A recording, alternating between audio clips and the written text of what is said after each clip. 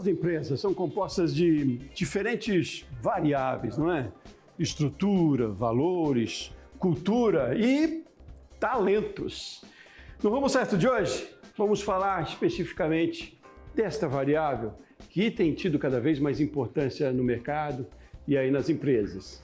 Gestão de pessoas e montagem de time é o foco do Rumo Certo. Para isso, trago um especialista no assunto. Está comigo o Rezende Neto, CEO da BS Tecnologia. Rezende, seja muito bem-vindo. Muito obrigado, Sebastião. Obrigado por essa oportunidade de nós estarmos aqui e falar sobre esse assunto tão importante.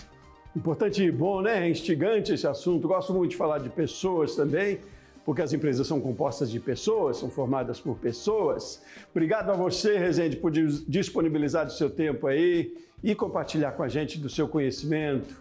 E aí eu queria conhecer um pouquinho, antes da gente entrar na conversa propriamente, um pouquinho da sua trajetória, né? Do trabalho que você desenvolveu ao longo da vida e que está desenvolvendo hoje na BS Tecnologia, que é uma empresa sua. Me conte.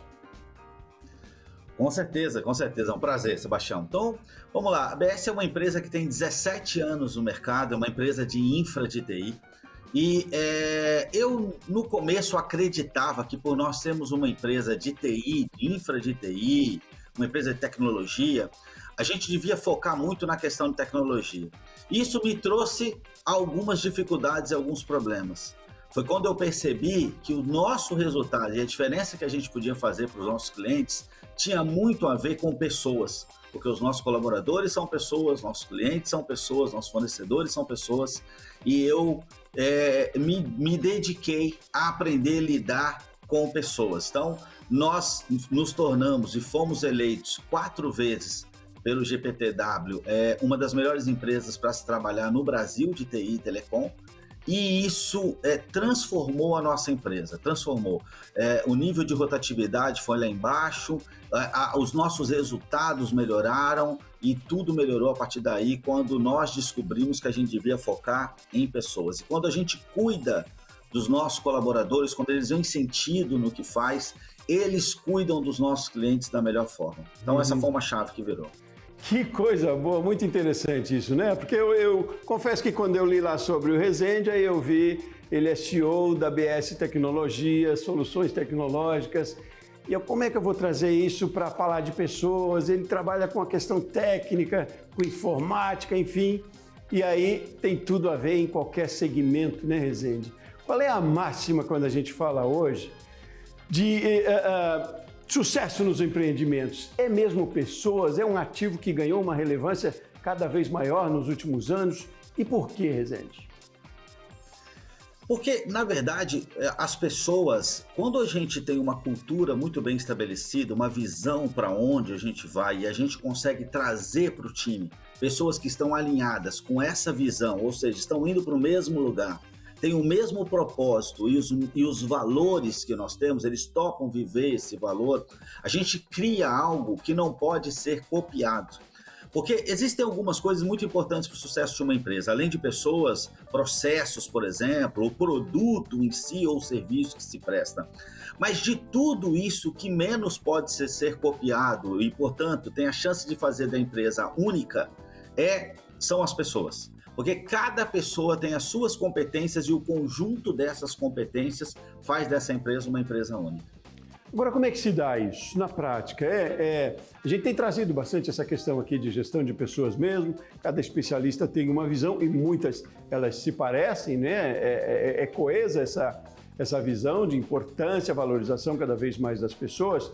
Mas no dia a dia, Rezende, pela sua experiência aí na BS, como é que se desenvolve isso a ponto de trazer esse engajamento, de fazer o colaborador vestir a camisa de forma orgânica? Como acontece essa, não sei se é mágica, não é, né? É uma técnica para a gente trabalhar isso no chão da fábrica exatamente, para não ficar só no discurso, no que parece bonito ou que parece moda, mas que é preciso fazer. Como é que é no dia a dia, Rezende? Legal, Sebastião. Não é mágica, muito menos sorte. É trabalho, é processo. E tem lições aprendidas por nós, por exemplo, em todos esses anos. Então, nós temos algumas coisas quando a gente traz o colaborador. A gente tem que ter uma visão muito clara, saber para onde a gente quer chegar. Então, nós na BS, por exemplo, a gente quer se transformar nós começamos e prestamos serviço para grandes empresas no Brasil, empresas muito grandes de vários segmentos, mas a gente entendeu que no futuro nós precisamos se especializar, além de continuar atendendo esse cliente grande que nos dá autoridade, nós precisamos atender um porte de empresa, por exemplo, ali que tem 80 usuários, 120 pessoas que usam computador, e nós temos aqui a oportunidade de nos transformar na maior referência em soluções de TI do Brasil, fazer a diferença para esses caras. Então, nós temos essa visão muito clara onde a gente quer chegar. Nós temos os nossos valores muito bem definidos e o nosso propósito, o que a gente faz aqui todo dia.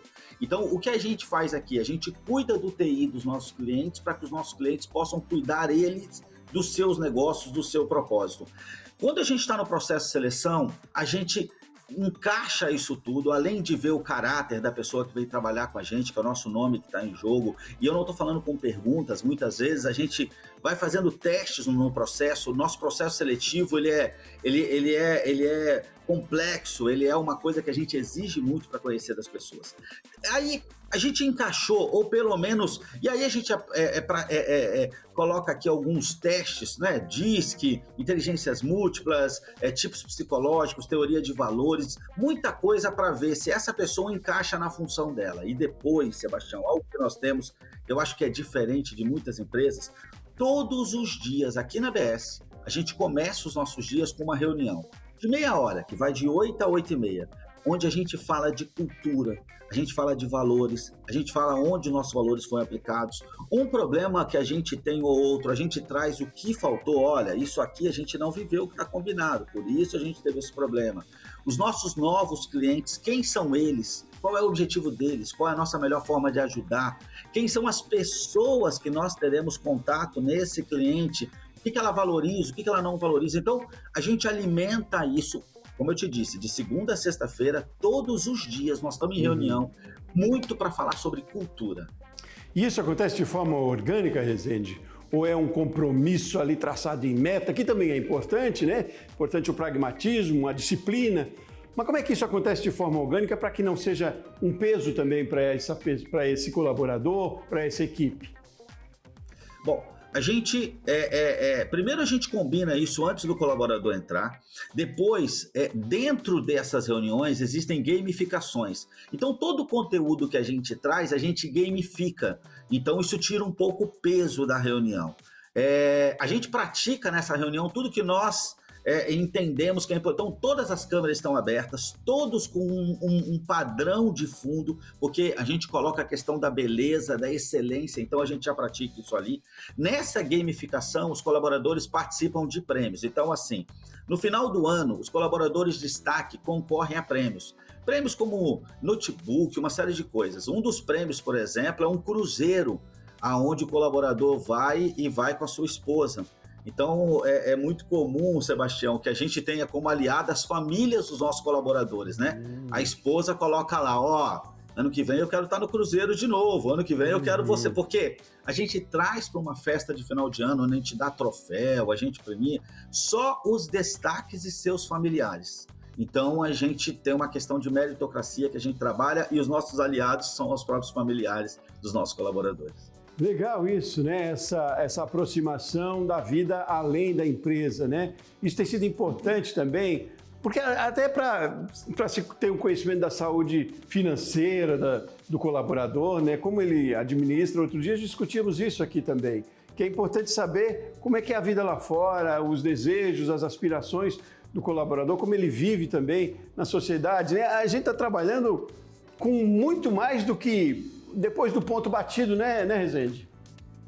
É verdade, Sebastião. Assim, eu durante o começo da minha carreira, eu ouvia uma máxima que dizia, não, o colaborador tem que saber separar as coisas. O problema pessoal é pessoal, o profissional é profissional.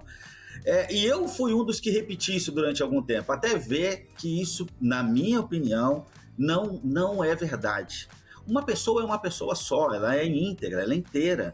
Eu, por exemplo, eu estou casado há muitos anos, 22 anos, mas eu passei por um divórcio antes.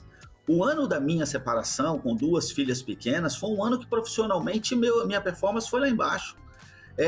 Como que um pai descobre que seu filho está envolvido, por exemplo, está consumindo drogas? Como é que fica a performance desse profissional? Como é que um técnico sai de casa sabendo que a sua luz está para ser cortada naquele dia? Como é que a gente vai falar de performance? Então, nós aqui na ABS, essas reuniões, outra coisa que a gente trabalha é finanças. A gente dá aula, dá treinamento de finanças, para eles organizarem suas finanças. A gente fala sobre saúde, por exemplo. Toda quarta-feira tem uma profissional de saúde que traz para nós, não para a gente falar de doença, mas para falar de saúde, de prevenção. Importante da qualidade do sono, alimentação, atividade física, inclusive exercícios laborais aí, as pessoas estão trabalhando de home office. Então, nós entendemos, se a gente cuida do relacionamento do nosso colaborador, aquilo que a gente pode, ele não passa por uma separação, por um divórcio, a chance da performance dele cair é menor. Então, a gente costuma cuidar da relação dos nossos colaboradores com filhos. A gente acha que isso é um problema hoje no mundo, inclusive, a relação das famílias. A gente fala de finanças, a gente procura falar de tudo que a gente entende que é importante para que esse colaborador tenha uma vida sistêmica, né? Uhum. Não, é interessante porque eu fiquei pensando aqui agora que a ABS entrega mais do que soluções tecnológicas quando fala disso, né? Porque se você prestar o serviço para os seus clientes também nessa linha de gestão de pessoas, já é soluções que você está dando aí num outro segmento também, né? O quanto é importante isso. A gente vai fazer um intervalo rapidinho, Rezende, mas eu queria saber no próximo bloco também, você falou lá do recrutamento, né? Da questão de como é feito o recrutamento, todas as ferramentas que a gente tem hoje, né? Como se identifica as soft skills e enfim, hard skills também do colaborador. Mas e aí eu queria entrar um pouco nisso, se muito se deve fazer, você está me dizendo aí que na ABS sim, mas se deve e como? Também dentro já depois da empresa, para a questão de treinamento, né? Porque muito de habilidades comportamentais também a gente aprende, né? Nem tudo é o perfil e como a gente nasce. E eu queria saber como é que vocês trabalham isso também, qual é a sua visão sobre isso também, de aprimoramento do colaborador, para que ele também se fidelize na empresa, porque uma saída gera mais custo do que mantê-lo na empresa, né, Rezende? Verdade. Mas vamos tomar uma aguinha, estamos faltando água já aqui, vamos tomar uma aguinha, fazer um intervalinho e a gente volta na sequência aí, continuando nessa conversa, tá bom? Tá ótimo. Muito bem. Você de casa também? Continue com a gente aqui no Rumo Certo, voltamos em instantes.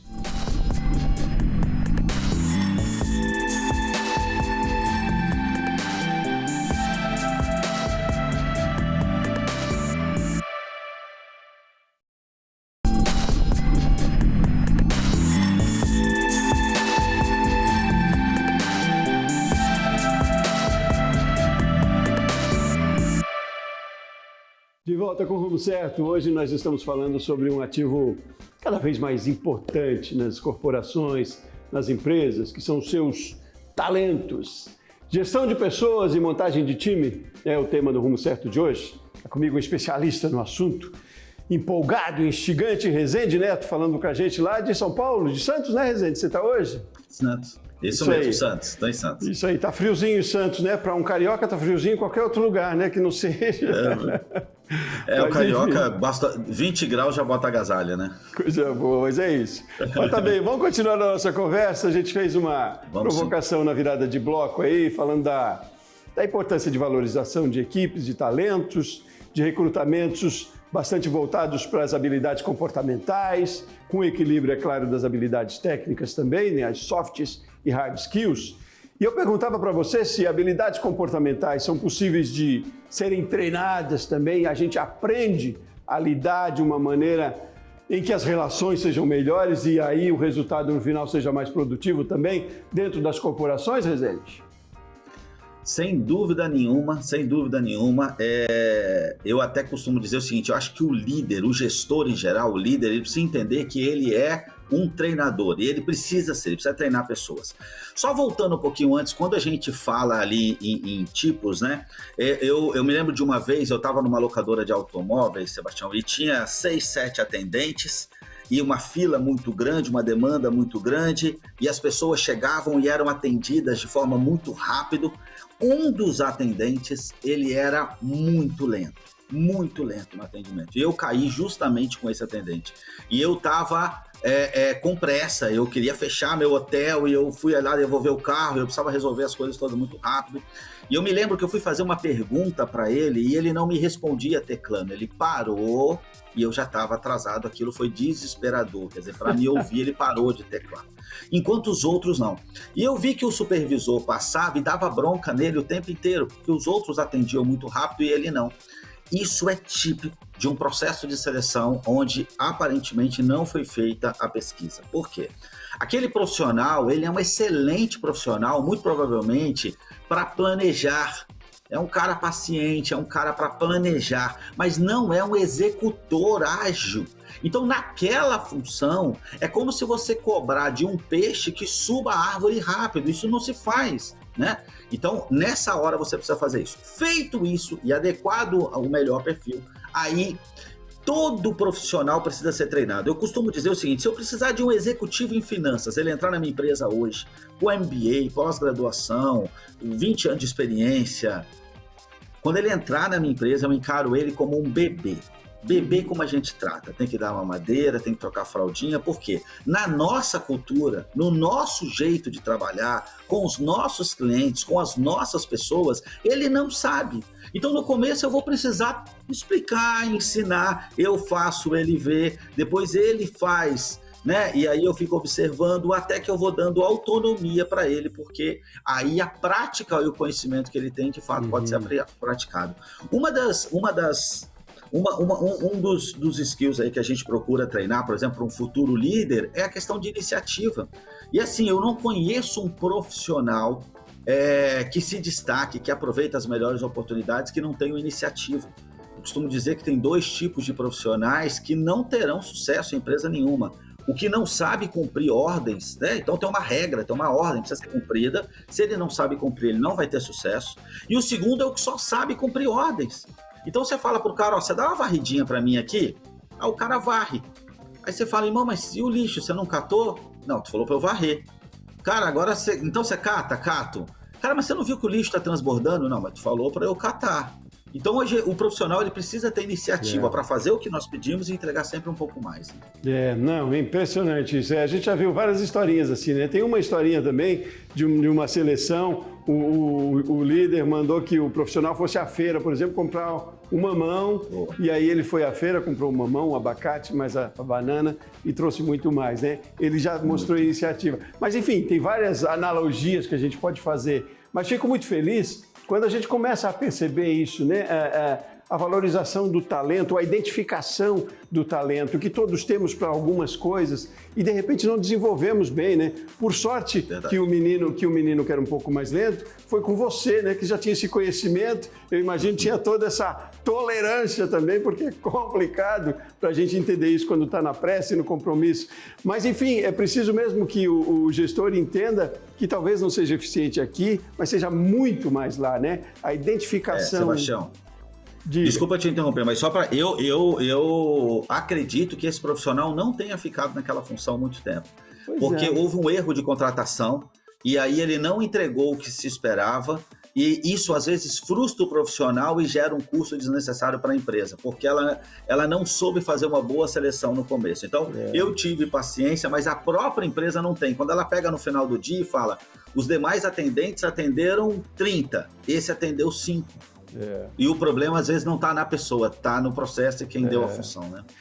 E acaba não sendo justo, né, Rezende? Porque às vezes até o desligamento desse profissional é uma forma de ajudá-lo também, né? Porque não significa que é um castigo, que é uma punição, né? É uma forma de encaminhá-lo para uma outra função, um outro lugar, não é não?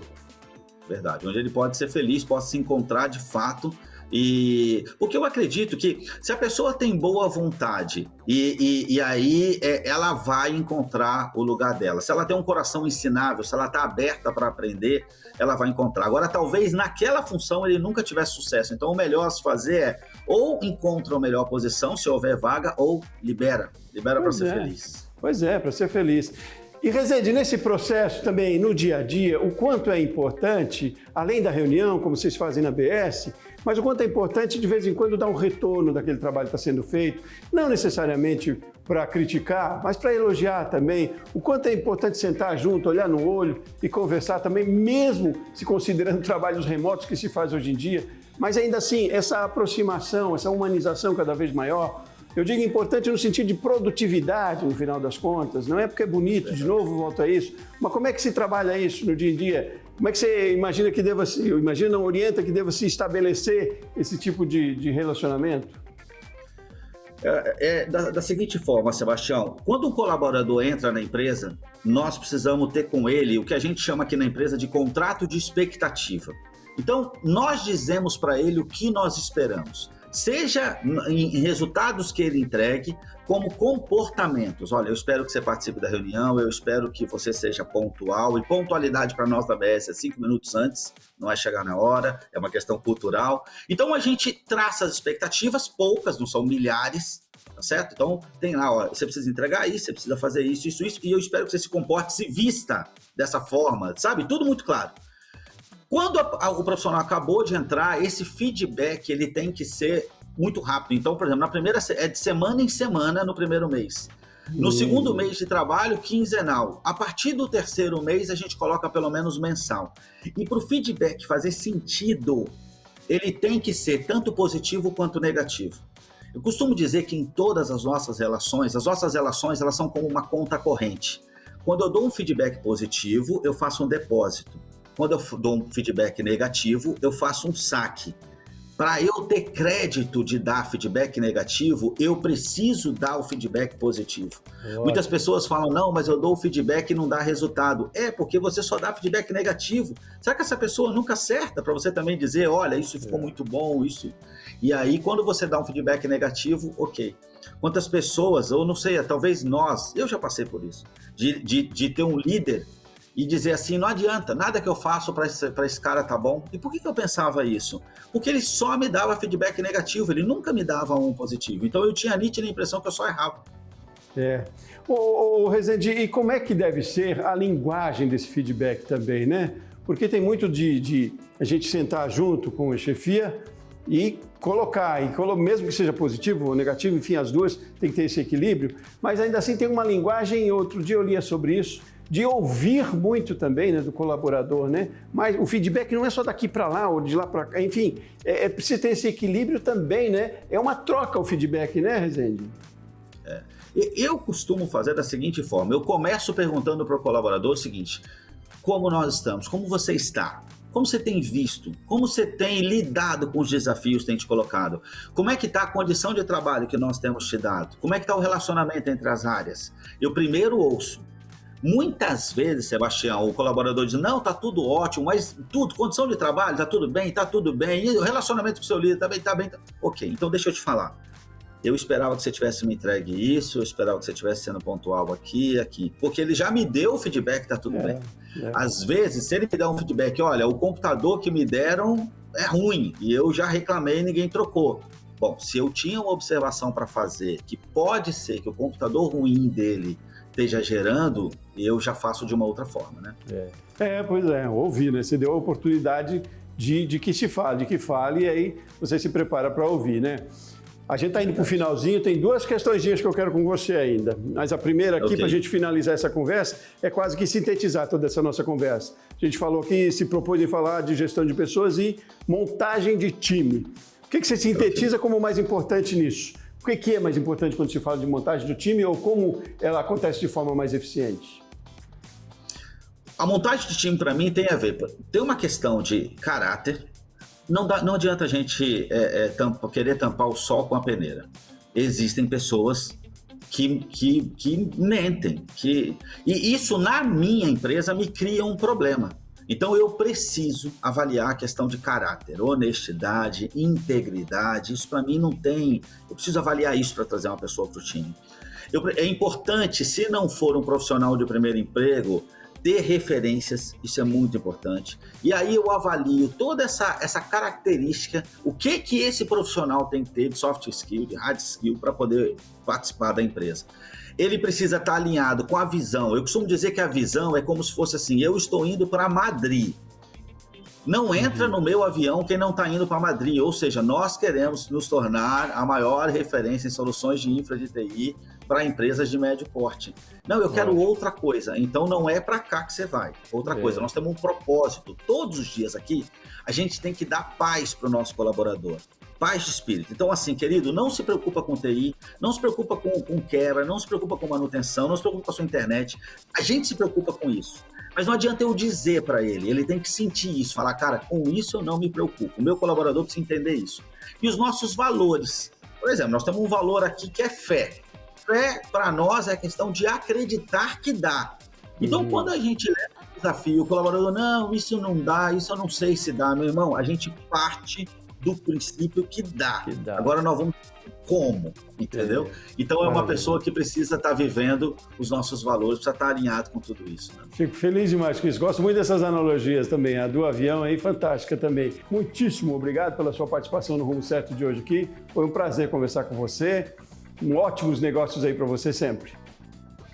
Muito obrigado, Sebastião. Obrigado pela oportunidade. Nós estamos juntos. Eu estou à sua disposição, meu amigo. Fique com Deus, viu? Maravilha. Fique com Deus também.